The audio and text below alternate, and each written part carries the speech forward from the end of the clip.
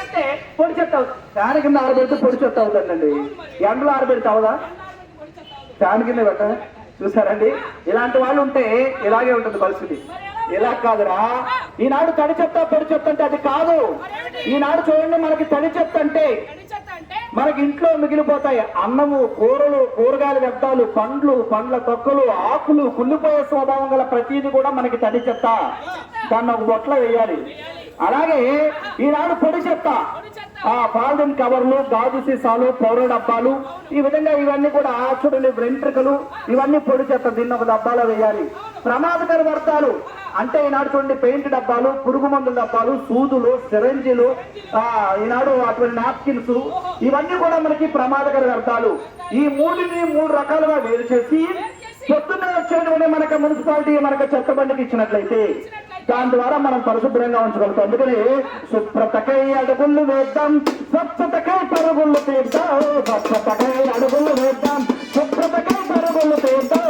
స్వచ్ఛతకై అడుగులు వేద్దాం, శుభ్రతకై పరుగులు తీద్దాం. స్వచ్ఛంగా స్వర్ణంగా కోరన్ను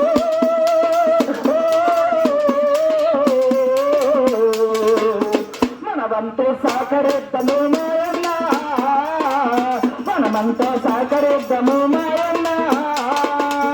స్వచ్ఛతకై అడుగులు వేద్దాం, శుభ్రతకై పరుగులు తీద్దాం.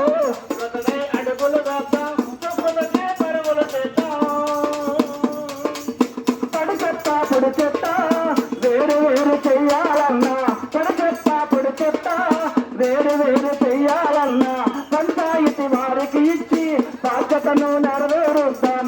పంచాయతీ వారికి ఇచ్చి బాధ్యతను నెరవేరుద్దాం. పర్యావరణ రక్షణకు వీరన్నో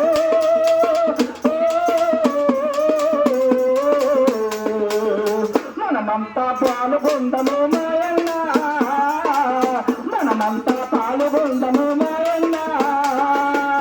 స్వచ్ఛతకై అడుగులు వేద్దాం, శుభ్రతకై పరుగులు చేద్దాం.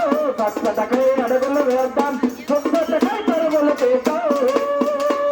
ఈ విధంగా స్వచ్ఛతకై మనం అడుగులు వేస్తూ శుభ్రతకై పరుగులు చేస్తూ మన యొక్క పర్యావరణాన్ని పరిరక్షించుకోవాలి. ఇవన్నిటికీ కూడా ప్రతి ఒక్కరికి తెలియజెప్పాలి.